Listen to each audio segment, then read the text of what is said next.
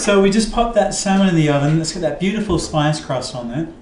That wasn't difficult at all. You know, we cut the salmon, we made the spice crust. You know, we could even have done that a couple of days, a month ahead of time. We had that salmon. So now we got some veggies, whatever veggies you find. I love Swiss chard. It could be bok choy. It could be some different veg. It doesn't even have to be veg. It could be couscous. It could be starch. But here we go. We got this Swiss chard, high in iron. Great super vegetable here, superfood. Okay, you want to just peel it down, the stalk, because the stalk is a little tough. Okay, and that's all you're doing. And when you're done with that, when you got a bunch of it, all you can do is cut it into a bunch just like that. You're going to wash it just like you wash your lettuce and put that to the side. Okay, you got a red onion. Red onion is very sweet. It's also got a good high sugar content to go with this too. But I just need a half an onion for you and me. I want to lightly slice this onion up, and I just want to roll my knife.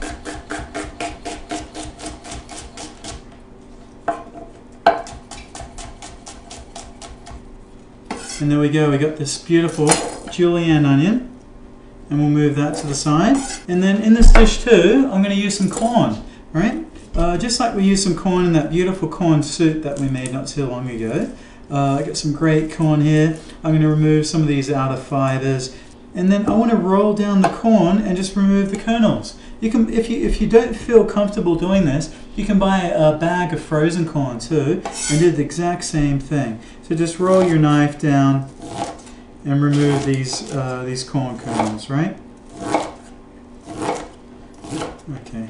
Okay, so now we're at the stove. I just put a saute pan on the stove. It doesn't have to be non-stick. You know, it could be a stainless steel, whatever you got. Got some oil. Again, I like to use olive oil. I'm just going to pop in a little bit of olive oil in there.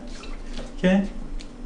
Now, what takes the longest to cook here is the corn and the onions. So I can go ahead and add those in at the same time.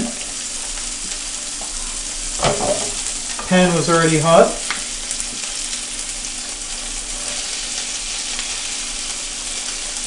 And I've also got some chopped tomatoes here. I'm just going to leave to the side, and then my Swiss chard. They're going to take the less amount of time to cook.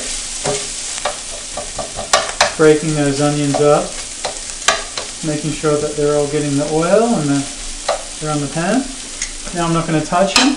It's only going to take a couple minutes to cook. This dish is real easy. We've made that mustard sauce. We're going to have the veg. The salmon's going to be done. We're ready to plate it up as soon as it's out of the oven. So I just finished sauteing that corn, those onions. I added a little bit of tomatoes in there for colour as well as flavour. Now I've got that beautiful Swiss chard. And this steams right down. But I want to go ahead and season this now too. And I want to add in a little bit of white wine as well. So I've got a little bit of salt, a little bit of pepper. It's the only seasoning spice I need to add to this. I don't want to cover this because, you know, typically what we're taught is that you don't cover any vegetables that are green or white. So I want to add in just a little bit of white wine. What's great about Swiss chard is those ribs that you saw, like beef, those ribs, they bleed this beautiful red color. And it just really accentuates the plate, the dish a lot.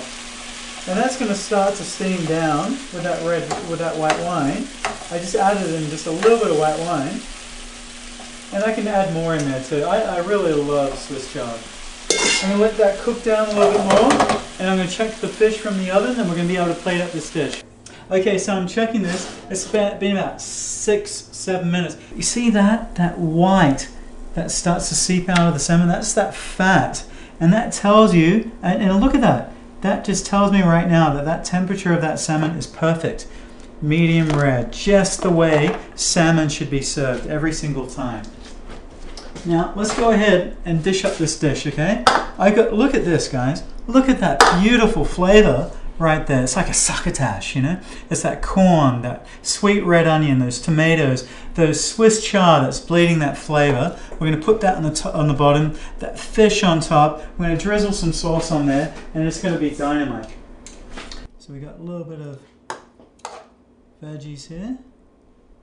Oh yeah. right on top. And then we pre-made that mustard sauce, which was just equal parts ground yellow mustard seed and sugar and a little bit of hot water just to dilute it.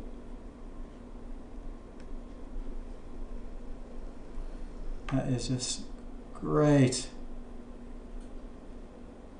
I bought these little greens, just a little bit of that spice. Works out well too.